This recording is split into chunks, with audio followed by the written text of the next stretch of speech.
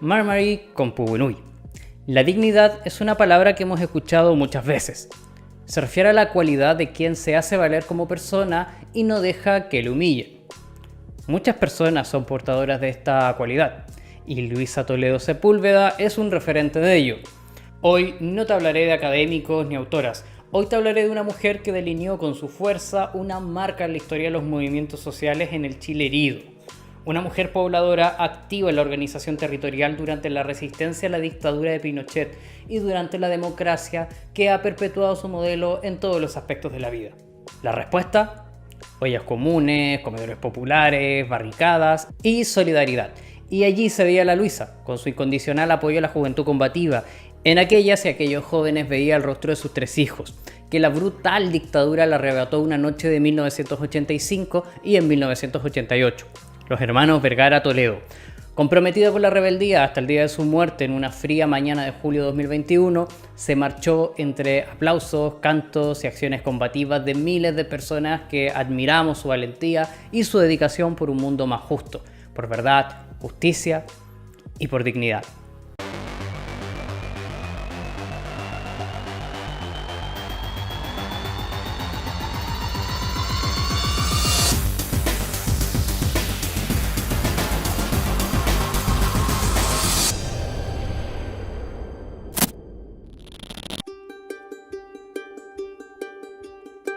Es 1939. Chillán es derribada por un terremoto. Las tropas franquistas entraban a Barcelona y Valencia ganando la Guerra Civil Española. Decaen las esperanzas revolucionarias al ritmo de las bombas de la Segunda Guerra Mundial, que iniciaba. Pero en el otro rincón del mundo, en este Tajo al que llaman Chile, nacía un 21 de junio Luisa Toledo.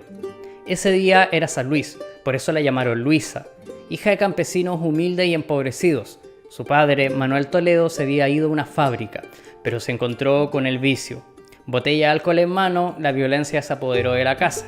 Su madre, Mercedes Sepúlveda, había lidiado con la violencia patriarcal desde la infancia. Su padre la culpó de la muerte de su madre en el parto, por lo que la madre de Luisa se crió sola, con gran carácter y esa fuerza tosca de la soledad. Luisa y sus 2 hermanos menores fueron abandonados por su padre, no importa. Su madre era su gran referente. El camino de Luisa se cruzó con el de un joven quien se dirigía a ser cura, Manuel Vergara. Trabajaron juntos en una fábrica. Entre debates y diferencias sobre su apreciación de la pobreza, es que las piezas fueron encajando. Luisa influyó considerablemente en la vida de Manuel, quien optó por no ser cura y se enamoró de ella. Con el tiempo tuvieron a 3 hijos y una hija: Pablo, Eduardo, Rafael y Ana. Recuerda estos nombres pues serán cruciales en la historia.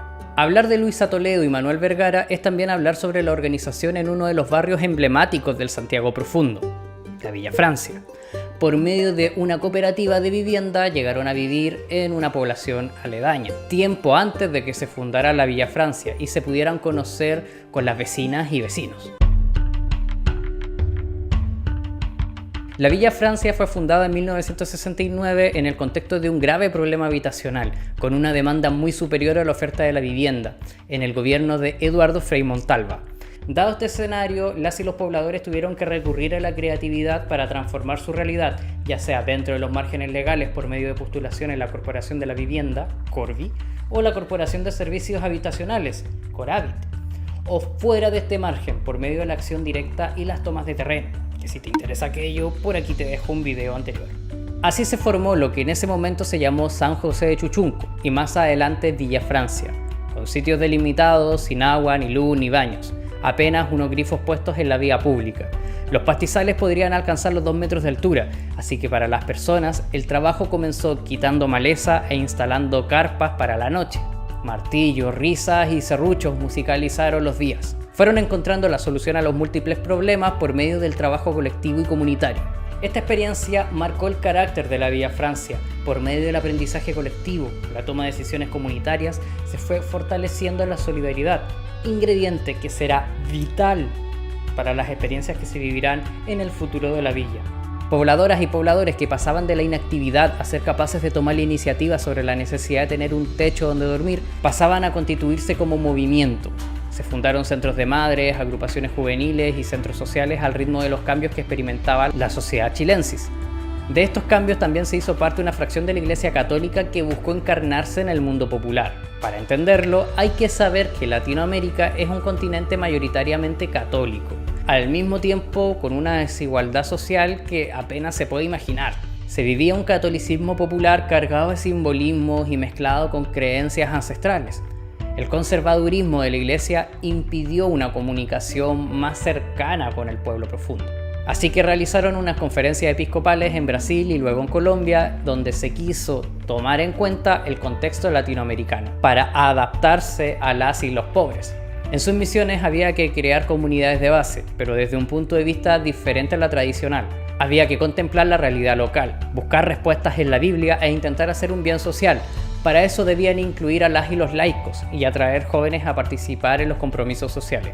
Pero el Vaticano no contaba que el contexto latinoamericano iba a producir una expresión bastante particular: la teología de la liberación, que es mucho más politizada de lo que creían.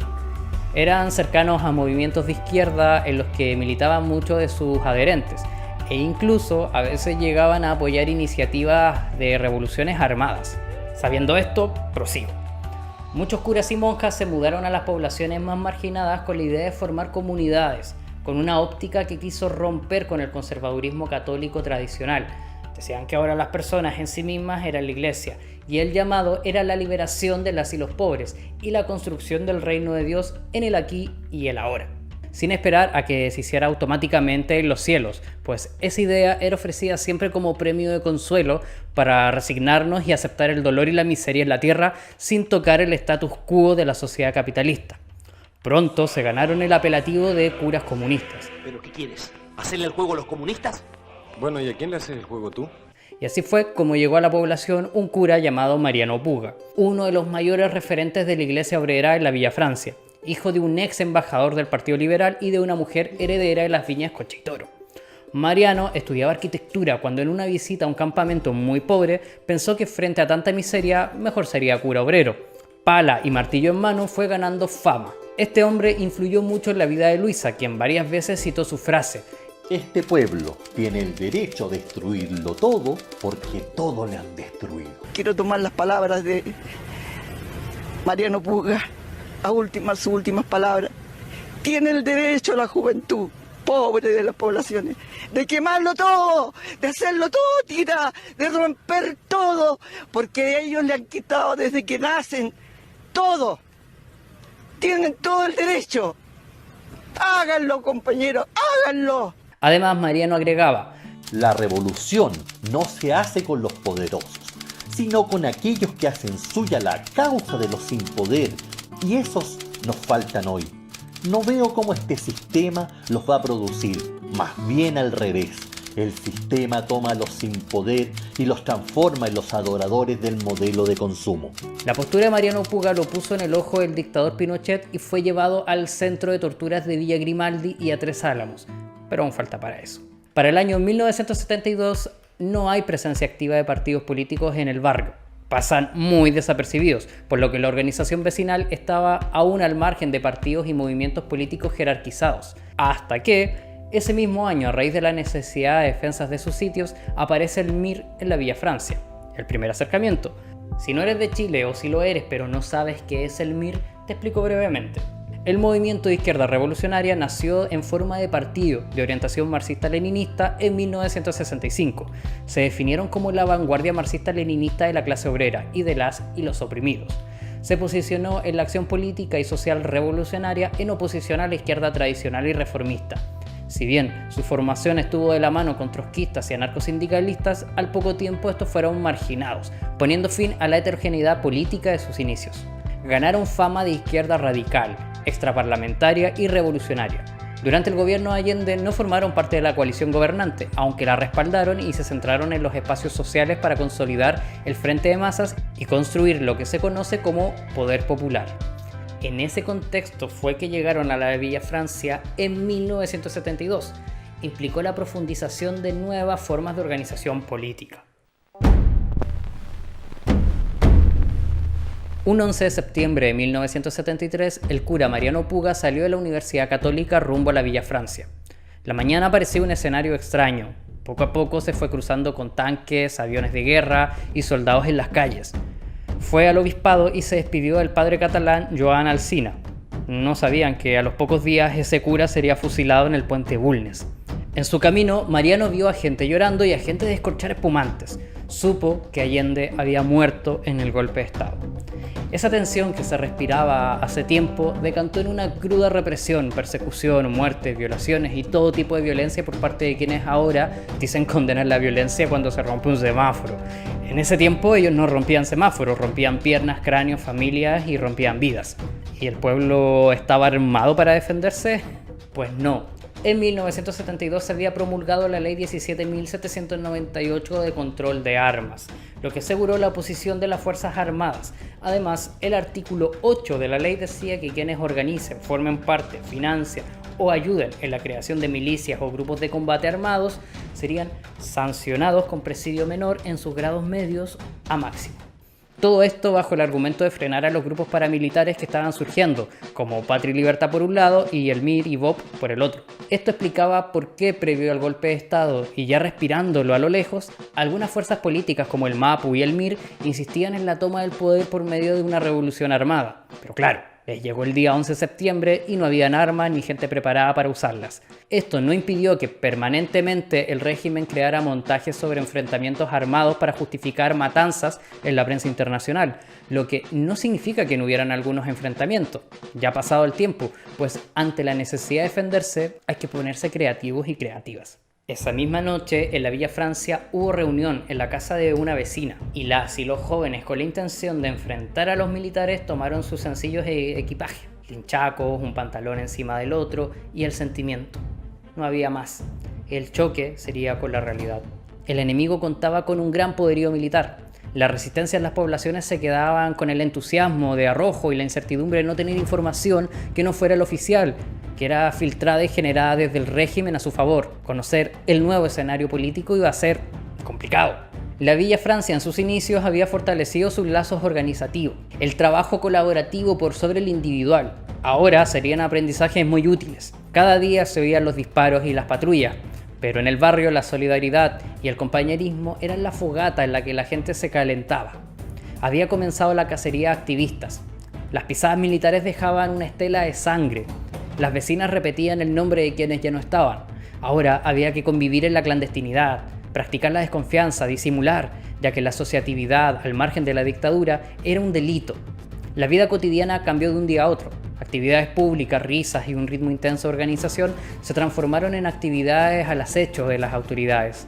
De bajo perfil, que nadie lo sepa.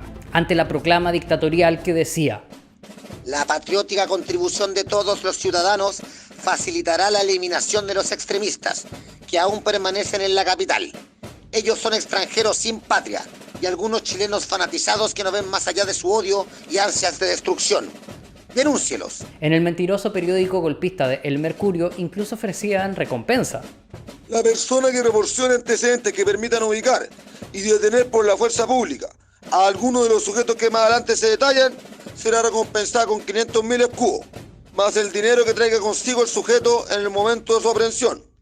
Publicado en El Mercurio el 28 de septiembre de 1973. Todos estos llamados para que vecinos denuncien y entreguen a otros vecinos fue parte primordial de la cultura que se iba a desarrollar a partir de ese momento en muchos barrios. En la Villa Francia, muchas personas fueron acusadas por sus enemigos políticos, por simpatizar con el gobierno de Allende o incluso por sospecha de ser algún comunista.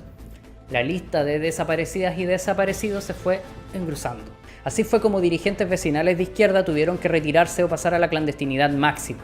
Quienes habían sido elegidas y elegidos por la gente para las juntas de vecinos eran encarceladas, llevadas a campos de concentración, centros de tortura y reemplazadas por gente que sirviera a los intereses de la dictadura: vigilar, denunciar y castigar. Por las calles iba la DINA, Dirección de Inteligencia Nacional, militares y pacos bastardos sembrando muertes. Luisa Toledo trabajó en el Comité Pro Paz, un organismo de derechos humanos creado en 1973 por las iglesias cristianas y parte de la comunidad judía. A ver, siéntate un poco. Hay que entender que para este tiempo muchas organizaciones de carácter político fueron desintegradas, por lo que muchas personas, tanto creyentes como no creyentes, debieron acercarse a las comunidades cristianas. que en muchos casos fueron los únicos puntos de encuentro social que quedaron en pie, alineadas con todo esto de la ideología de la liberación que te conté. Ofrecían consuelo, protección, asistencia jurídica, económica y espiritual a quienes sufrían persecución política y a sus familias.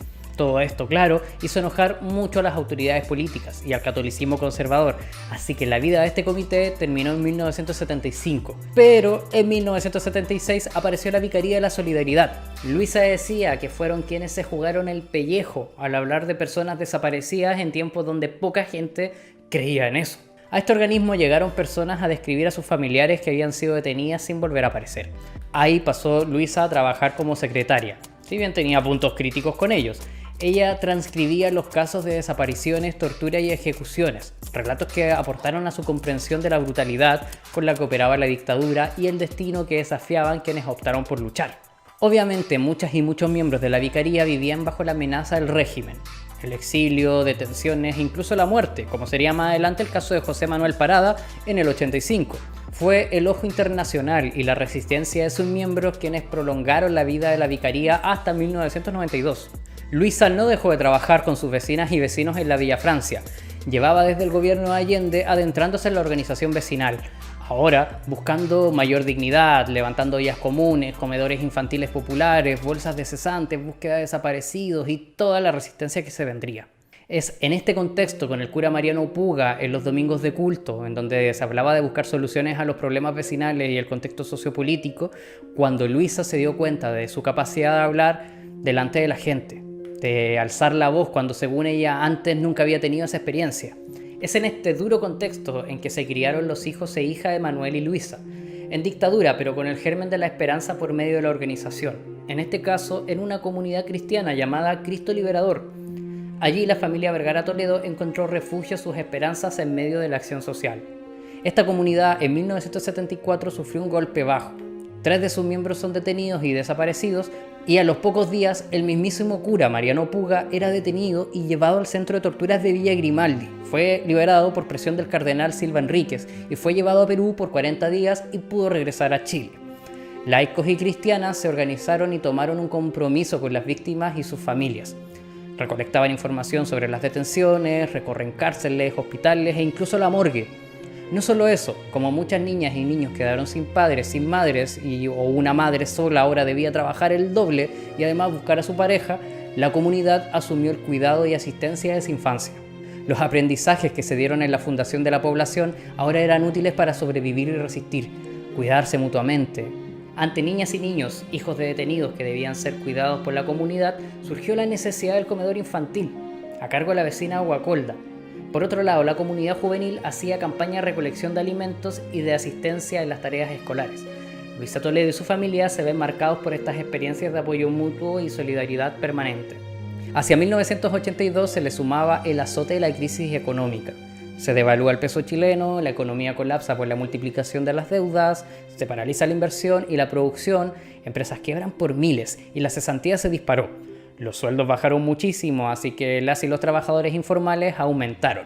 Había que buscar nuevas formas de subsistir, básicamente con cualquier trabajo esporádico para ir llenando la olla, lo que en Chile conocemos como un pololo, que sí, puede ser un novio o también uno de estos trabajos. La vida se fue deteriorando aún más y se profundizaron las diferencias sociales. Hay que entender que en ese momento los espacios de participación laboral y las organizaciones sindicales habían sido clausuradas y perseguidas en la práctica y en reformas legales. Además, se privatizaron las esferas del conflicto social, salud, previsión social, educación, etc. Se fueron clausurando cualquier forma de expresión contraria al régimen y junto a la represión se fue instalando una política económica neoliberal. La prensa, bajo el estricto ojo de la dictadura, censuraba información y era reemplazada por información parcial que justificaba y legitimaba el régimen. Pero la década del 80 se mostró un poco más desafiante. En 1983 se dan las primeras grandes manifestaciones. Los y las pobladoras de Villa Francia también salen a las calles llamando a la huelga. Tarros, tapas de ollas y cucharas de palo para hacer ruido desde las avenidas o en las puertas de sus casas. Luego de tantos años de hablar bajito y de disimular el descontento, la expresión callejera se volvió un punto de encuentro entre vecinas y vecinos. En estas manifestaciones quienes destacaron eran las y los jóvenes, Muchos venían de estas comunidades cristianas. Algunos llevaban tiempo trabajando en diversas áreas de coordinación y algunos particularmente se vincularon al mundo universitario. Un ejemplo de esto fue Pablo y Eduardo Vergara Toledo, hijos de Luisa y Manuel. Pablo estudiaba en la Universidad de Santiago, la carrera de Ingeniería. Eduardo estudiaba en la UMCE y iba a ser profesor de Historia. Pablo se integró al MIR en su universidad, asumió su compromiso en la confrontación a la dictadura. Todos los hermanos se fueron uniendo a este grupo. Cuando Pablo ingresó al MIR, le contó a sus padres que le había gustado su forma de trabajo y que compartía su convicción de que no había otra forma más eficaz que la lucha armada. Luisa, que llevaba tiempo trabajando en la transcripción de relatos de tortura y detenciones, sabía bien el peligro que asumía su primogénito. Sabía que se enfrentaba a la cárcel o a la muerte. El miedo le habría consumido al pensar que era una lucha desigual, un grupo pequeño con algunas armas versus la total disposición de las fuerzas militares, policía secreta y toda esa mierda. No obstante, despojada del miedo junto a Manuel, respetaron su decisión. Tras informarle, se juntaron con un sacerdote y le hicieron algo como una cena, tal como lo habría hecho Cristo con pan y vino. Muchas y muchos universitarios de diversos lugares de la ciudad llegaron a integrarse a la comunidad juvenil por medio de Pablo y Eduardo Vergara. Fueron llegando cada vez más jóvenes universitarios, haciendo que algunas y algunos más cristianos de la comunidad se sintieran incluso un poco amenazados, en el sentido de que los nuevos venían mucho más politizados, hablaban en términos más ideológicos. El salto desde la comunidad cristiana a los movimientos políticos como el MIR significó también un cambio en la forma de organizarse. Era un salto a poner la vida en juego como parte del compromiso, con una lucha que representaba el necesario camino de las armas para derrotar a la dictadura. Los tiempos van cambiando y grupos como el MIR o el Frente Patriótico Manuel Rodríguez toman gran relevancia entre la juventud más combativa. Para mediados de la década de los 80 son muchas y muchos los jóvenes de la población que se organizan en el MIR. Los hijos de Luisa Toledo son un referente. Justamente, el ojo del panóptico represivo se alojó en ellos. A lo largo de muchos años, la Villa Francia fue un foco crucial de resistencia a la represión. Según algunas entrevistas recogidas por Eugenio Cabrera en Historia y Protagonismo Popular en Villa Francia, quienes mantenían las barricadas y la lucha en las calles era la gente de la población, pero quienes tenían el discurso y hacían gala de él, no estaban. Al final, la villa ponía a los muertos y muchos de los universitarios politizados después se iban a sus casas. La casa de los Vergara Toledo se transformó en un punto de reunión para organizar la resistencia. Desde ahí se salía a buscar neumáticos para la temeraria barricada, en las que se alojaban los sueños de la población y que cargaban las pesadillas para los verdugos. No solo por ello es que la casa de los Vergara Toledo era un punto de reunión, también por las ayudas que ofrecían Rafael y Pablo con las tareas escolares. Le enseñaban matemáticas a los y las más chicas. Decían que ningún chiquillo tenía que quedar atrasado. Estudiar era importante. Los hermanos Vergara Toledo se fueron transformando en el puente que unía a la población con el MIR. También se transformaron en referentes de lucha en la población. Quienes los conocieron los describen como personas con grandes valores en torno a la solidaridad. Destacan la gran capacidad oratoria de Eduardo, la tremenda humildad, calidez y sinceridad de Pablo, el infinito cariño y pragmatismo de Rafael. Ya militando en el MIR todos sus hijos, Luisa se ofreció a ayudarles. Pablo le dijo que en ese caso mejor sería ayudar al MIR, pero ella buscaba ayudar a sus hijos e hija, y en todo momento lo hizo. Su compromiso se extendió tras el triste desenlace, hasta toda la juventud hermosamente insolente y combativa que se rebela contra la tiranía sin aspiraciones de poder político. Y ahí estaba Luisa. En julio de 1984, la casa de Luisa Toledo fue allanada. Estaban ya bajo la lupa de la dictadura. Puesto el ojo, faltaba la bala. Eduardo había sido expulsado de la universidad por ser dirigente estudiantil. Rafael corrió la misma suerte en su liceo. Pablo, por su parte, fue llevado por la policía en el allanamiento. Es interrogado y torturado por la CNI. Al volver debieron pasar a la clandestinidad. Luisa, desesperada, no sabía cómo ayudarles, que no pasaran hambre ni frío, y siempre buscó la forma de asistir. Es 28 de marzo de 1985 en la Villa Francia. La policía, con desesperación, busca a alguien por la calle. Tomaron detenida a una vecina. Entre golpes y amenazas le exigían el paradero de los hermanos Vergara. Ella dijo que no tenía idea y durante varias horas desapareció. Todo fue muy rápido. Nadie alcanzó a avisarles que la policía los buscaba, pues andaban en clandestinidad, y al día siguiente, 29 de marzo, junto a otros jóvenes, merodeaban la población para un acto conmemorativo. Un homenaje a Mauricio Maigret, quien con 18 años había caído en combate un día 29 de marzo, pero de 1984. Militante del MIR, murió mientras cubría la retirada de sus compañeros en un ataque a una subcomisaría. En memoria de ese compañero, los hermanos Vergara andaban por la villa. En la tarde jugaban con los niños, más tarde caminaron hacia el lugar del homenaje. Se corrió la voz que alguien llamó por teléfono a una comisaría para avisar que se había visto a estos hermanos por la población. La policía salió a patrullar armados con una UCI. En la esquina de Río Quetro con Palena fueron divisados. Reconocieron a Rafael, que por su carácter más insurrecto había estado detenido varias veces. Los vieron y los llamaron desde la patrulla. Obviamente Rafa y Eduardo corrieron hacia Avenida Las Rejas y de ahí hacia la calle 5 de Abril. Pero los pacos verdugos ya tenían una emboscada y a Eduardo le descargaron una ráfaga con la UCI. Le atravesaron los pulmones. Rafael, que era más ágil, iba más adelante corriendo. Al ver caer a su hermano se devolvió y recibió una ráfaga en los glúteos. Esto lo dejaría parapléjico. El asqueroso Paco, Alex Hinojosa, dio la orden de subirlo al furgón policial. Le dispararon en la cabeza y fue arrojado con su hermano.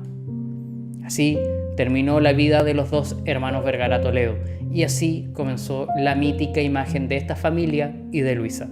Ese día no solo ellos habían sido asesinados. La CNI, al mando del psicópata Álvaro Corbalán, por su parte acribilló por la espalda a Paulina Aguirre, también militante del MIR, hija de un torturado y preso político con familiares fusilados por la dictadura. Todos estos crímenes formaron parte de una campaña del terror entre la población y que fue cubierta con un montaje orquestado por las autoridades y difundido por la prensa. Esa noche, el sonido de las balas hizo el eco suficiente para trascender generaciones. Aún tirados los cuerpos sin vida, hay un nuevo violento allanamiento a la casa de Luisa y Manuel. Se ensañaron esa noche. Hasta ese momento, Luisa se había enterado únicamente de la muerte de Rafael, no la de Eduardo. Cuando la CNI entró a su casa, ella estaba con las fotos de sus hijos. Otro tipo me preguntó que por qué yo estaba llorando y yo le contesté también que yo podía llorar cuando yo quisiera y que no le iba a pedir permiso a él. Me preguntaron cuántos hijos yo tenía. ¿Cuántos hijos tenía usted?, me preguntó uno. Yo le dije tenía 4, pero ustedes me acaban de asesinar uno. El tipo se puso a reír. Entonces, Luisa se enteró que había perdido a 2 de sus hijos. La Villa Francia y alrededores se llenaron de policías. Buscaban a Pablo, quien debió irse antes. Luisa fue amenazada y fue un cura quien llegó a la casa para acompañarla en su pena, pues quería mucho a Rafael. Luisa muchas veces mencionó que ese día ella murió con sus hijos. La familia había quedado destruida y había que comenzar a edificarla nuevamente. Hubieron testigos del asesinato de los Vergara Toledo. No obstante, el régimen negó todo y para eso se hizo sus medios de desinformación, en los que se retrató a los jóvenes como delincuentes. La prensa oficial al servicio de la dictadura se destacó durante todo ese tiempo por mentir y justificar la aniquilación de personas, incluyendo niñas y niños, denigrando a personas asesinadas, destacándolas como delincuentes y antisociales, dignos de eliminar. Jamás mostraron quiénes eran estas personas, jamás se acercaron a sus familiares, jamás quisieron llegar a la verdad ni conocer su dolor.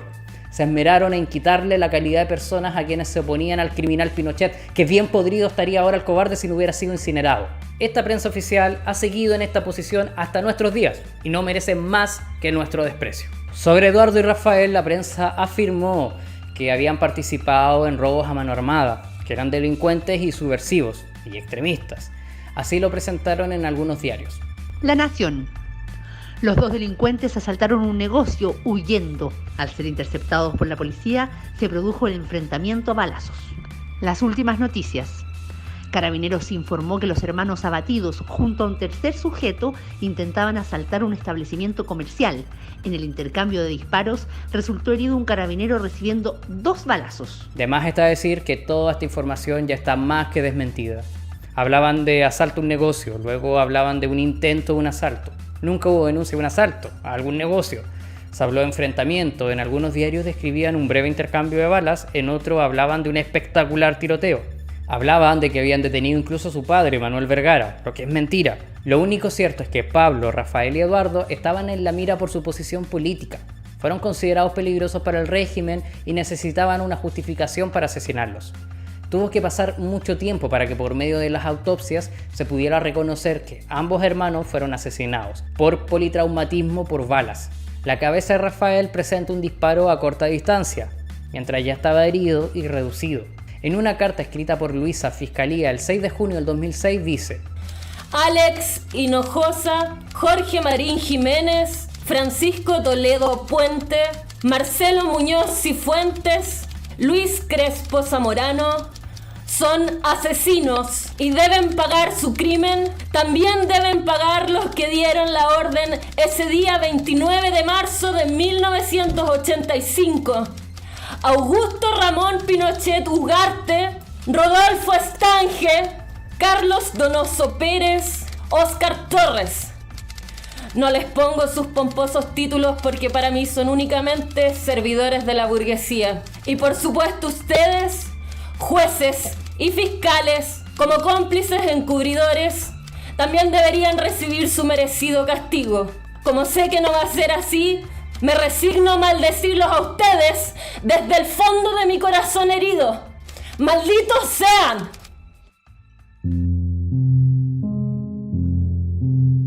Tras la muerte de sus hijos, Luisa recuerda llorar y llorar, querer transformar la pena en rabia. La vicaría logró sacar a Pablo y Ana al exilio, a regañadientes, pues las ganas de vengar la muerte de sus hermanos es un sentimiento compartido. Así llegaron a España, donde difundieron el asesinato de sus hermanos y las brutalidades que escondía la dictadura chilena. Luisa comenzó a trabajar la tierra. Esta fue una excelente terapia, aunque sacarse el odio a la policía en cada grito, insulto, patada y piedrazo que pudo, también lo era. Como ella, muchas personas más tenían todo el derecho de odiar por la muerte de sus hijas e hijos. Ella logró ponerse de pie con el cariño de la gente de la Villa Francia, sus vecinas y vecinos.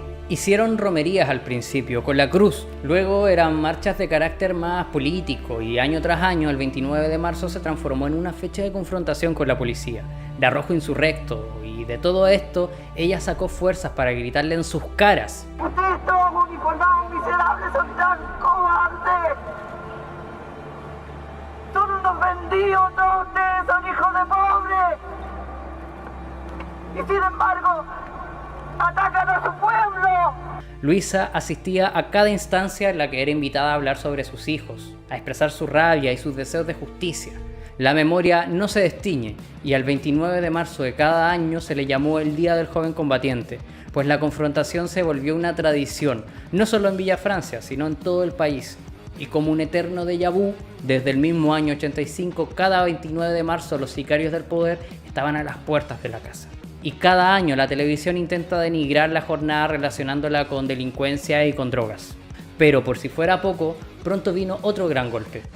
Pablo y Ana habían denunciado la muerte de sus hermanos en Europa, y en marzo del 88 Pablo volvió clandestinamente a Chile, por Osorno. No había avisado a nadie. Un 5 de noviembre de 1988, un familiar le avisa a Luisa y Manuel que Pablo aparecía en un diario. Efectivamente, se trataba de una tragedia. Apareció en el Cerro Mariposas de Temuco el cuerpo sin vida de Pablo Vergara y de Araceli Romo, también militante del MIR. Aparecieron en pedazos, ya que fue por la detonación de una bomba.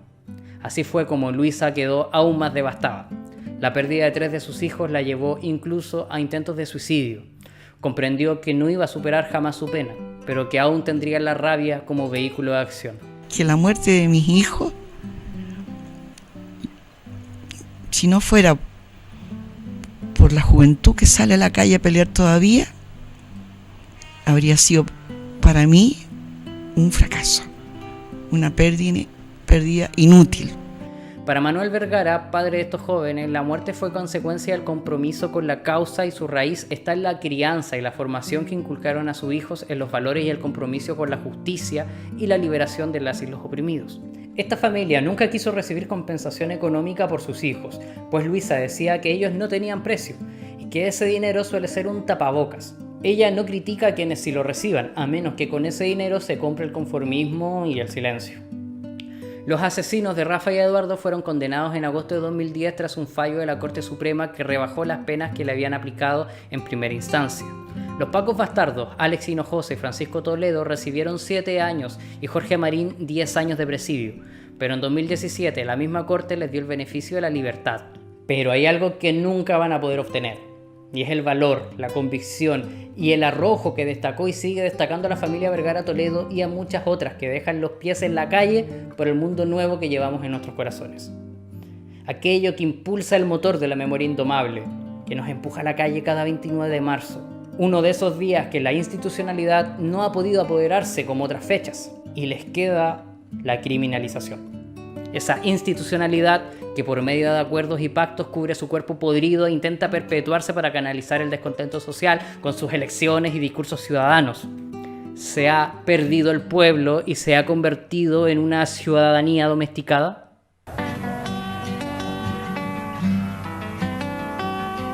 Entre 1985 hasta 2021, Luisa recorrió un largo camino, lleno de sombras, penas y lágrimas, pero tuvo aquello que no le pudieron quitar a la población: la solidaridad, el apoyo de su gente. Un día una amiga le invitó a que se uniera a un taller de tai chi.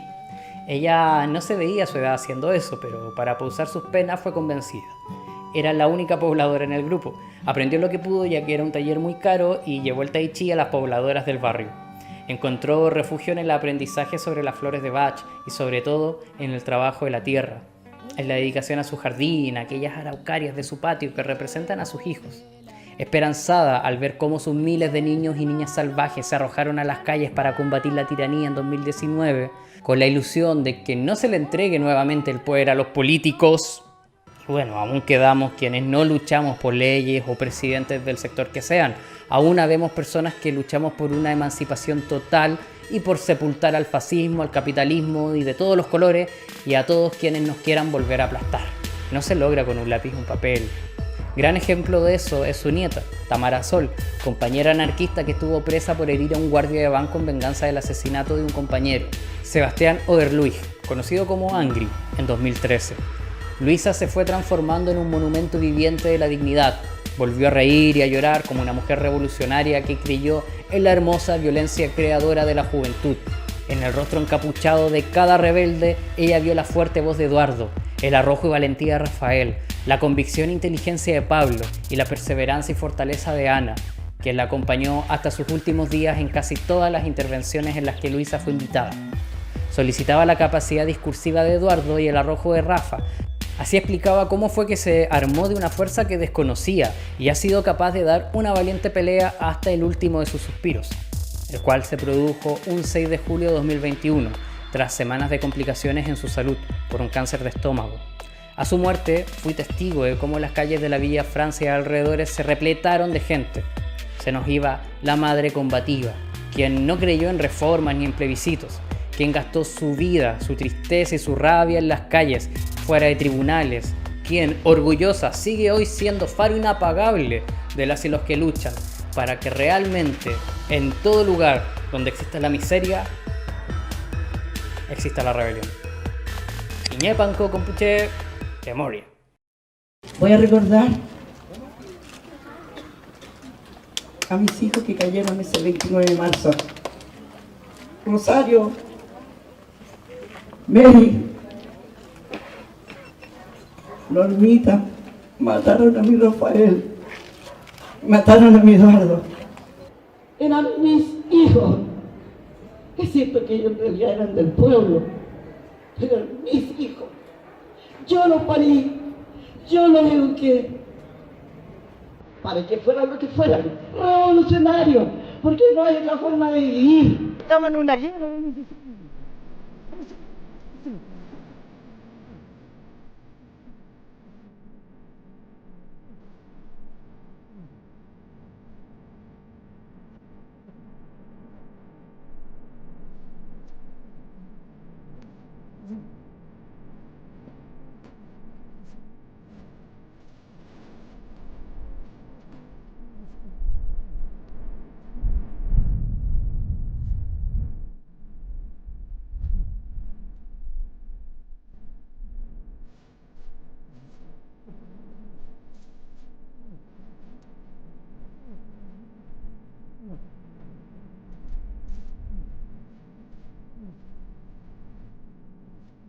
Si no, las protestas pacíficas, compañeros, con globo y pito no sirven para nada.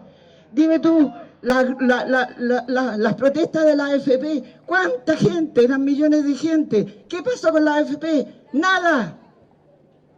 Porque rechazaban a los chillos. La violencia, la violencia. ¿De dónde viene la violencia si son ellos los violentos? Entonces yo justifico, de todas maneras justifico la violencia en nosotros. Es necesaria. Es necesaria. Ya, yo creo que basta de que pongamos la otra mejilla, basta. Eso no es cierto, eso no es bueno Eso no es bueno para nadie, no es bueno para nosotros y no es bueno para nadie. Poner la otra mejilla. No puede ser. Tenemos que defendernos, tenemos que ser capaces de defendernos, tenemos que ser capaces de ser violentos, de ser hermosamente violentos, de encapucharnos, salir a la calle y ser capaces de estar contra todo lo que signifique